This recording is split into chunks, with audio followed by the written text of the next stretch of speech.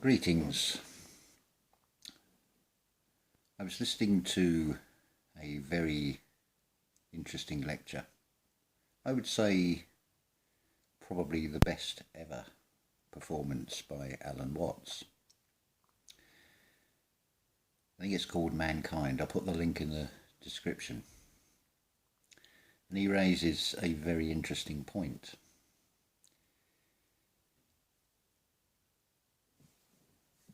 And that is, if you follow the Bible, what it is basically showing you, particularly in the New Testament, is about emulating Christ. Now here's the conundrum of it. If you proclaim yourself to be a living Christ, or that you emulate Christ in any way, apparently that's blasphemy. As Alan Watts would say, we're not allowed to have democracy in heaven. But more interesting is where he then goes on to say, he opens it up to a question and answer session and says, okay, I'm going to play the part of God. And he says about the first thing he would do is not look outside himself or blame others and take full responsibility. So to step into that role, you would be saying, I take responsibility, therefore everything is my fault. You don't blame anybody else for anything that happens in this world. But obviously we come into this world, it's an ongoing world stage play.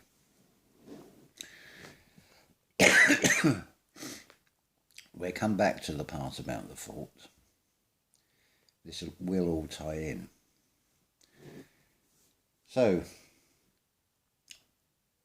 I'm sure many of you will have heard the famous quote by Barack Obama saying we don't have time for a meeting of the Flat Earth Society. It's one of those strange sayings that you have to wonder about. I'll come back to that in a moment. I'll give you another example of this. Scott and the Antarctic. It's almost been portrayed as a portrayal of like a victory, and yet Scott never made it to the South Pole. They all died. And if anything, the overall message from that is don't go there. Now you may be wondering where this is all going. This is not about flat Earth.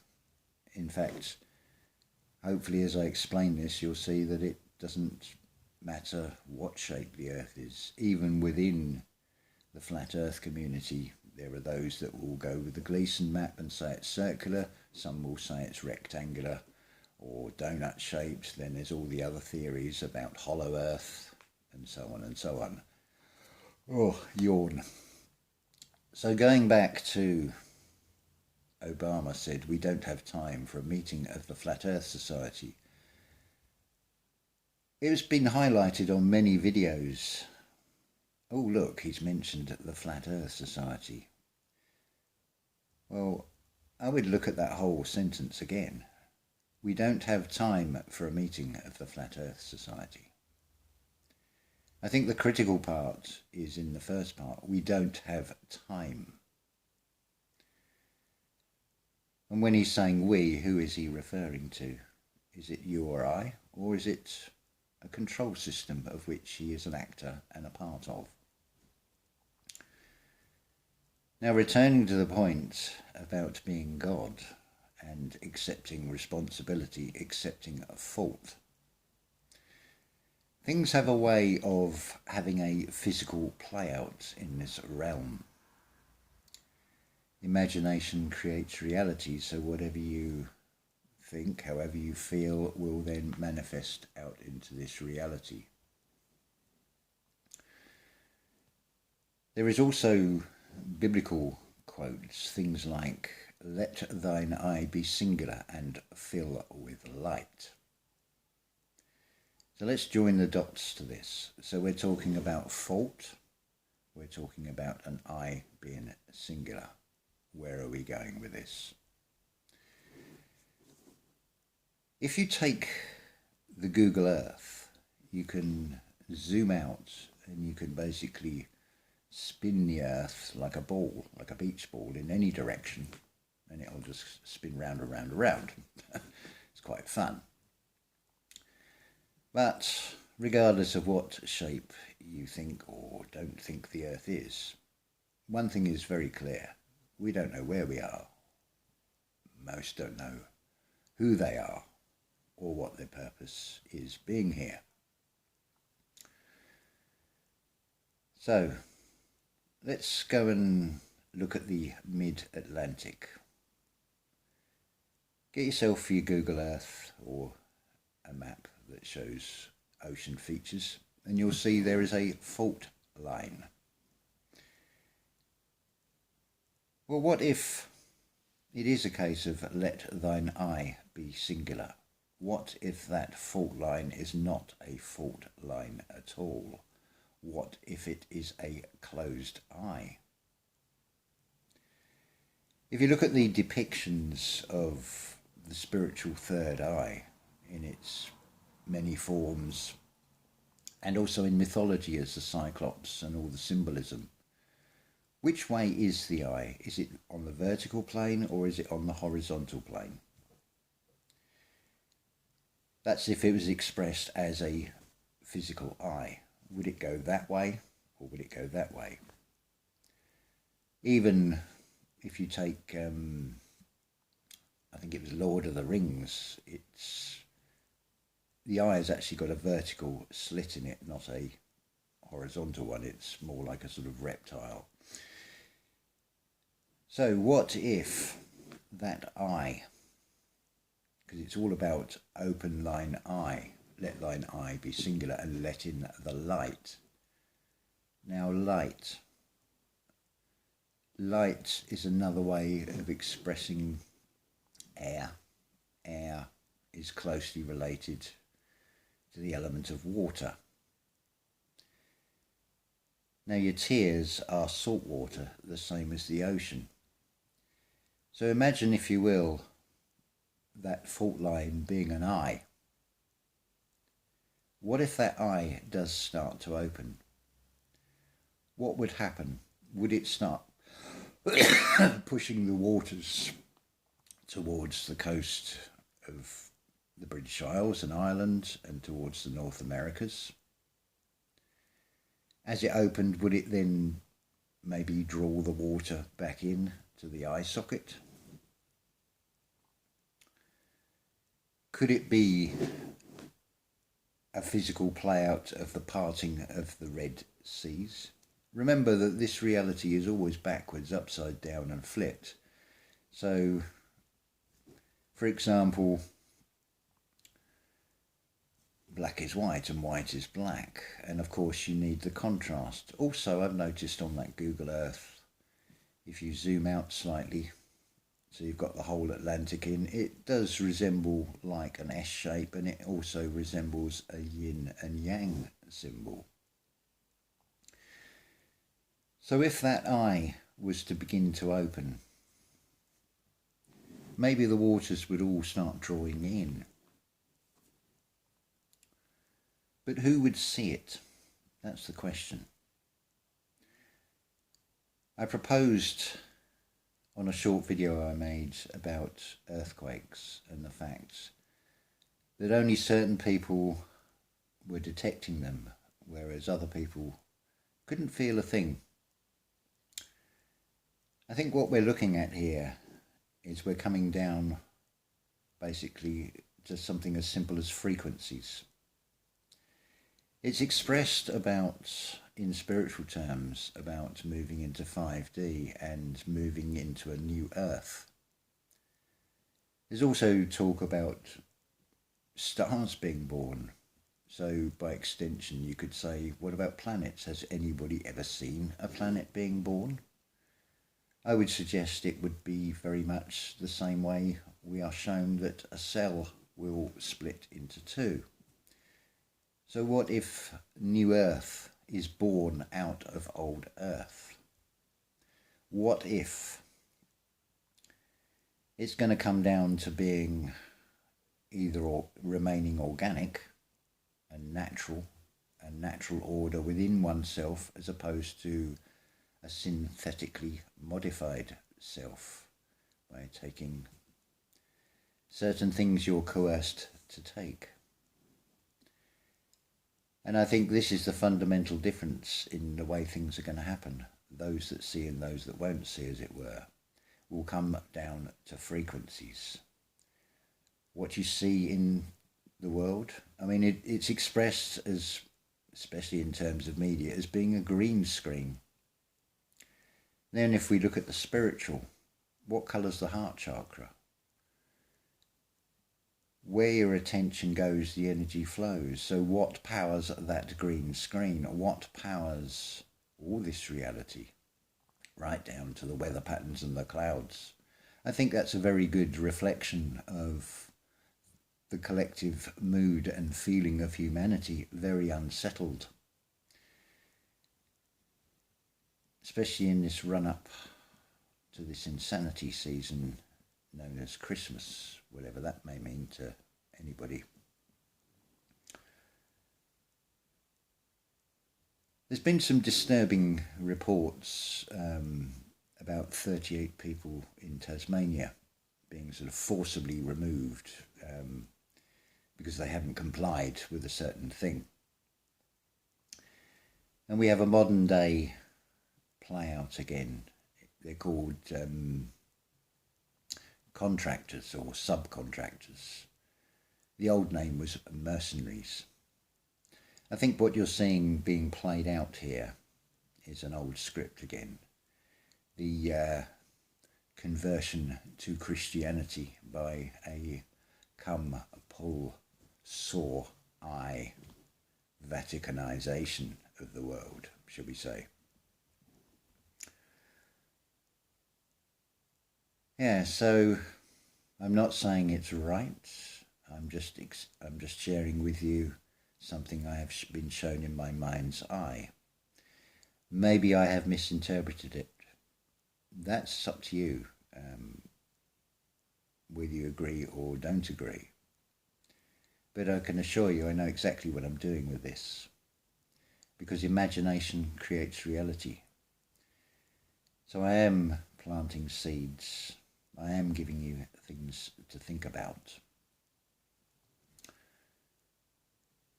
What it will be like? Well, the devil is in the detail. I don't worry about every minute detail. A lot of these things are put there to distract. Nonsensical figures and astronomical proportions to bamboozle and confuse and totally miss the entire point with things. So I could talk about in terms of how many thousand miles and whatever, but it would all eventually become a distraction away from the central message. So imagine, if you will, that maybe, providing you have remained on a true to yourself route, an organic route, that you will be probably given on organic route, and you will quite literally and physically be able to walk into the new world. Imagine if the Atlantic was to lose all its water for a short period of time, and you could walk to that new Earth. Imagine what it would be like. Another very interesting point, I forget which lecture it was on. It's either going to be a Rudolf Steiner or an Alan Watts. I can't remember where it came from, but it's a very interesting point. What is natural? We think, in most people's terms, I think it's fair to say that it's anything in nature: birds, insects, flora and fauna. But then we come to the question of a bird's nest. Is that natural? Surely that is something the bird has constructed out of natural materials. So what about man and a log cabin? Would you say that is now unnatural or natural? It's all perspectives. I think the only fundamental difference in it is that the bird will not be snapping off live parts of the tree and taking them away, whereas man will just cut down, destroy, and then recreate into something. So maybe we can learn from nature that perhaps in time, and I would go along with seek the kingdom and all will be given to you. Maybe this new earth that will, I'm suggesting that will arise out of the mid-Atlantic will be fully formed. There will be an abundance. There will be this green that I have seen in a vision with that lighthouse beam. Maybe it is just from our thought projections through our spiritual eye that this is created. I'd like to think that a lot of you will say, oh yeah, that's a wonderful idea. Oh, that makes sense. And collectively, we can create that. It's often talked about how an apocalypse, mention that word, and a lot of people will think death, destruction, fires and earthquakes.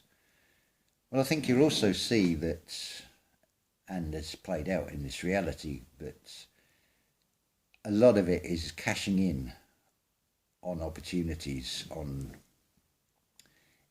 manipulated and staged events, false flags, if you will, that are then have the double whammy, as it were, of you can spin the story and sell it as a fear story. Because fear, if you import and you feel it within inside yourself, will compromise your immune system and you will start to feel ill. The answers are really as plain as on your face, if you think about it. Something that is negative, something that makes you sad or unhappy or miserable, generally your face will be downward and you'll have a heavy, oppressive feeling with it, a very solid, downward pulling feeling. Whereas if you're happy and smiling, even the face will lift up. Even the physical vessel will lift. The feeling inside will lift. So there's a few things to think about there, to mull over and see what you think of those. I welcome your comments on this. It's funny also, just as a sort of end note, if you look at all the sort of well-known names, the George Soroses, various Hollywood stars, singers and so on, celebrities, politicians, they all seem to be brought out the woodwork for special occasions. No one ever seems to retire. So it makes me wonder, knowing the way this sort of mindset of this system, that they don't let go. Anything that they have invested in any way, they like to retain and use and redeploy. So I have to wonder about people who've been in the military, for example, or the police or something like that, some government appointed position. Are they really retired, or are they still playing a part in that system?